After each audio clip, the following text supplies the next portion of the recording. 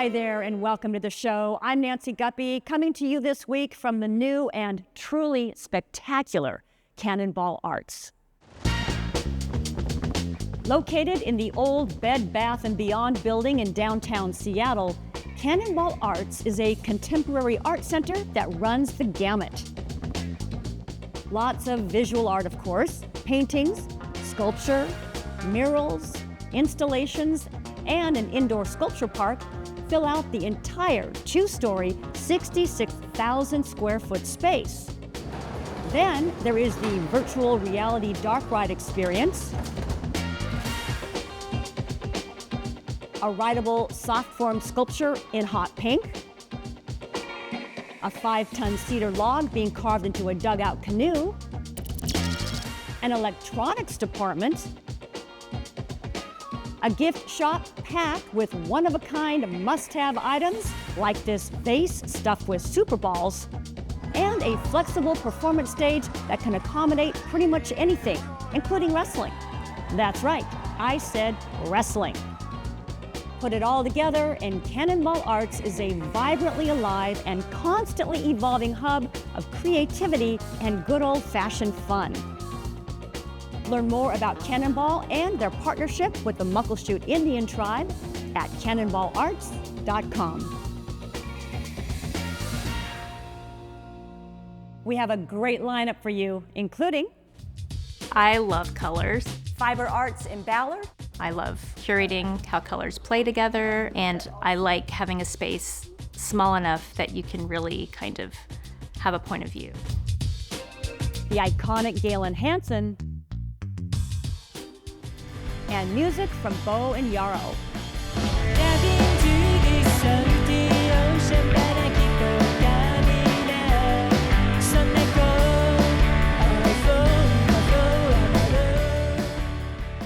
And we'll begin with artist, curator, and passionate advocate for the local arts community, Tommy Gregory.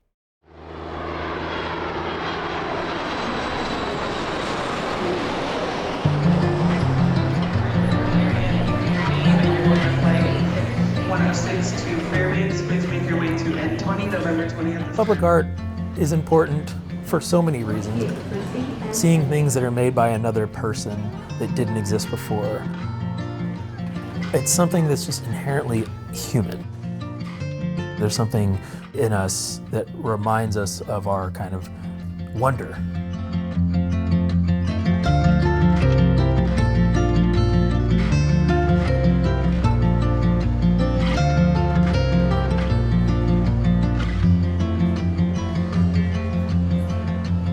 My name is Tommy Gregory. I'm the senior manager and curator for the Port of Seattle's public art program. I was born in Houston, Texas. I went to undergraduate at the University of Houston. I was really lucky to have a diverse group of art specialists as instructors who would introduce me to public art. One of them, notably, Luis Jimenez, who was infamous for doing the Denver Mustang. I was also his studio assistant in Hondo, New Mexico, and I worked on that infamous Mustang. So that was my intro to knowing that public art could be a job. And that led me to going into grad school for sculpture because I wanted to be a public artist. I was the Houston airport's first curator. Seattle, graciously brought me over from Houston. I landed in November of 2018, started work the next morning, and haven't stopped since, to be honest.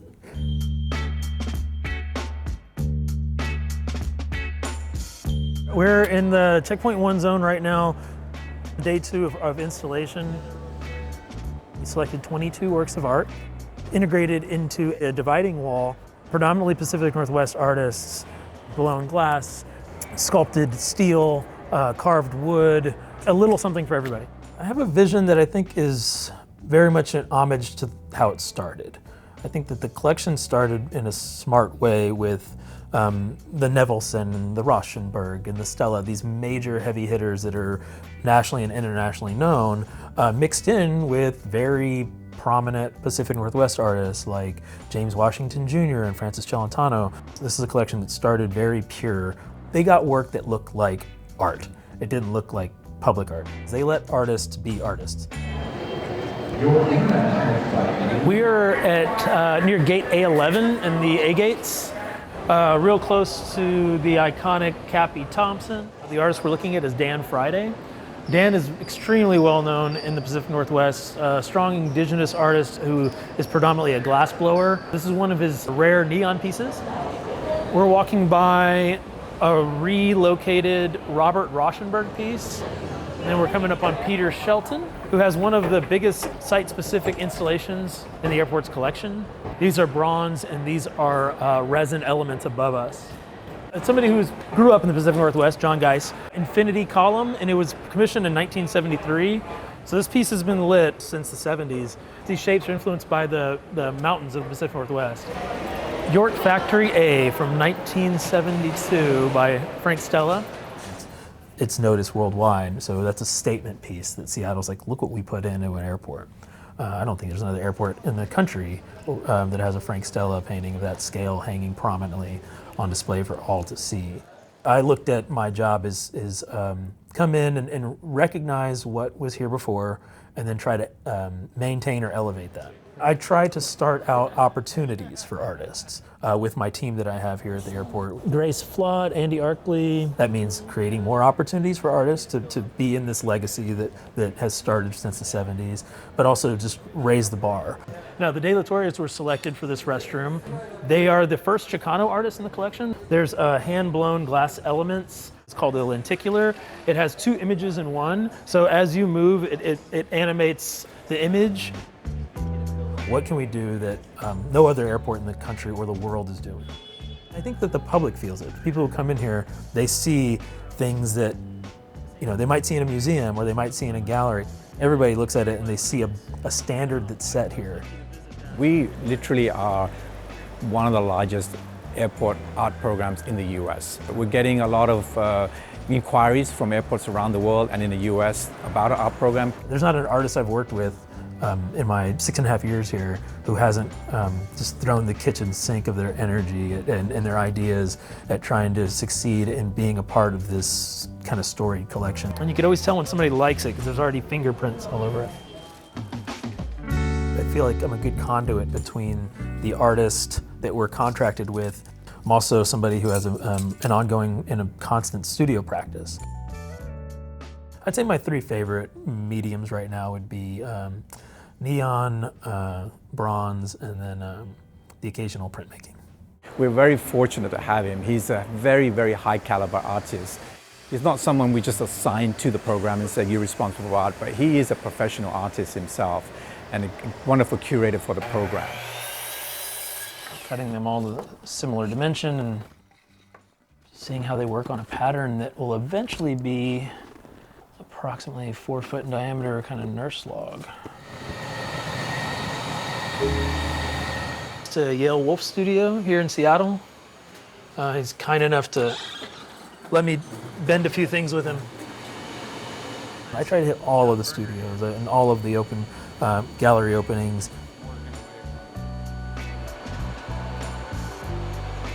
Keeping a finger on the pulse, basically, of what artists are doing in this town.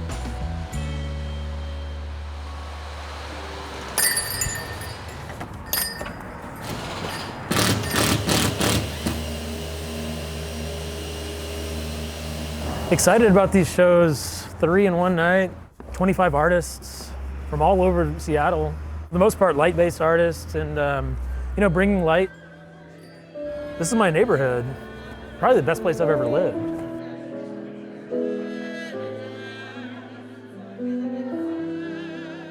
There is a vibrant art community here that is, I think it just needs to be brought up a little bit. So I take that as, that's my responsibility in my position, is to get to know the community, to be a part of it. At Bylight, in our community exhibit, it's a show that's curated by Tommy Gregory. Is Tommy here? Where's Tommy? Thank you, Tommy.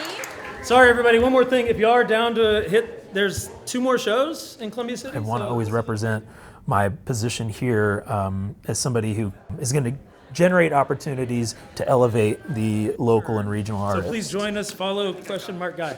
Enjoy show. So I work with as many collaborative teams and fabricators just to learn. I can hear you!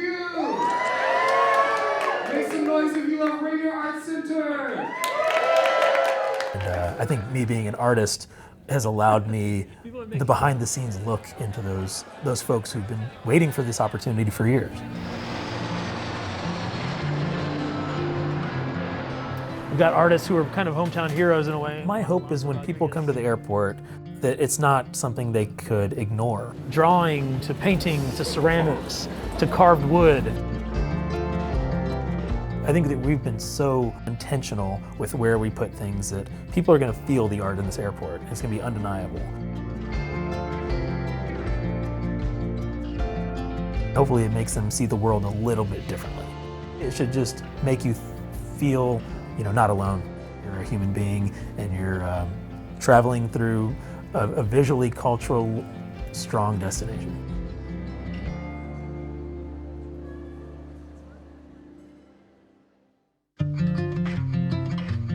Witness Tommy's curatorial eyes throughout SeaTac Airport and follow his personal art journey at tommygregory.com. Our band this week is the fun and refreshing Bo and Yarrow, featuring Mari Ichimasu, Tony Fantozzi, and Bob Loveless. Well, here they are performing Salty Sea from the Sunset Tavern stage.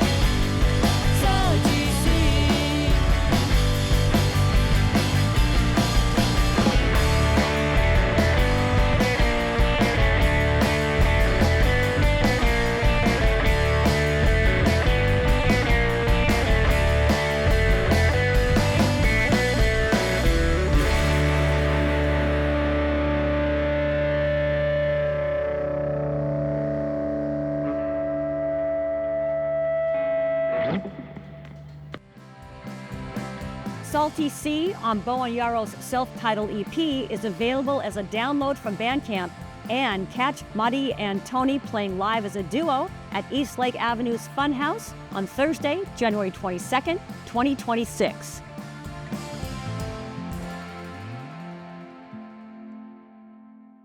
Tucked behind a charming brick storefront in the Ballard neighborhood is Wool Friends, a mecca for textile and fiber art enthusiasts.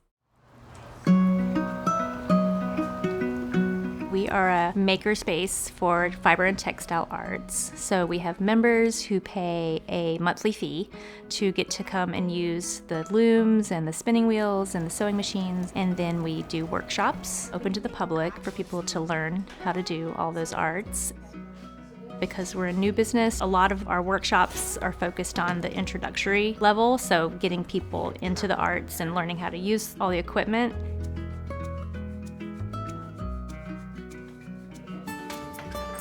My name is Pam Uchida. I'm a fiber lover, textile lover. I sew, I knit, and I crochet, and I've always wanted to weave. You learn something different from each teacher. So when you're done with that, come to the table. In the meantime, I'm going to do a little research. She really stressed how you just keep going forward. She said, so if you lose your way, pick a thread, any thread. She said that over and over, and it worked. That's the coolest part. I like how your brain and your entire body is involved in the process. You have this yarn, and you can pick any one you want, and then you make what's in your head rather than buying something that's almost what you want, but not quite. You get to fashion it from scratch, and that's very satisfying. I love color, so color's like I call it my love language. I love curating how colors play together, and I like having a space small enough that you can really kind of have a point of view. So if you're spinning a really fine single, you can move this back and forth and pull towards you, and it'll tighten up. Oh, there it is. Okay, There you go. and then you can pull this way. Yeah. Okay.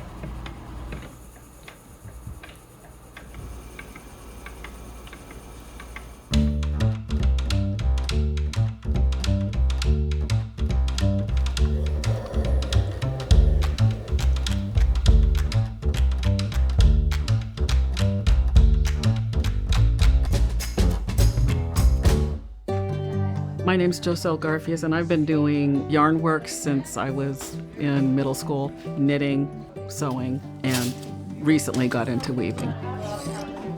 Correct. I consider myself a lifelong learner, so I'm always learning something, and this is something new and exciting. It's really fun. So up and around, and a little longer tail, and now just spin it with your fingers. Beautiful. Keep going. Well, when you're first starting, there's a lot of mental activity. Move this first, this goes here, this goes that. But then as you start getting better at it, there's kind of a zen place that you get to where it is really calming. It's really soothing. I spent all week at work going, I can't wait to weave. And so I think that I'm going to be doing this for a long time. I am really interested in storytelling, and by having all of those crafts together, you can really learn the story of how fiber gets converted into fabric and other kinds of projects. We want to be a safe space for people to come and explore and feel creative and inspired. Learn more about Wool Friends and their classes at wool-friends.com. And that's a wrap. A big warm thank you to Cannonball Arts and their fabulous staff for hosting us. This groovy joint is open Wednesday through Sunday. For hours, location, exhibit, and event information, go to cannonballarts.com. We're going to leave you with Woodside Braseth Gallery's retrospective exhibit of paintings by the extraordinary artist Gaylen Hansen. FYI, at 104 years old, Gaylen was at the opening night reception and continues to paint in his Whidbey Island studio every single day. He's an amazing guy, and his show is up through December 1st. Enjoy, and we'll see you soon.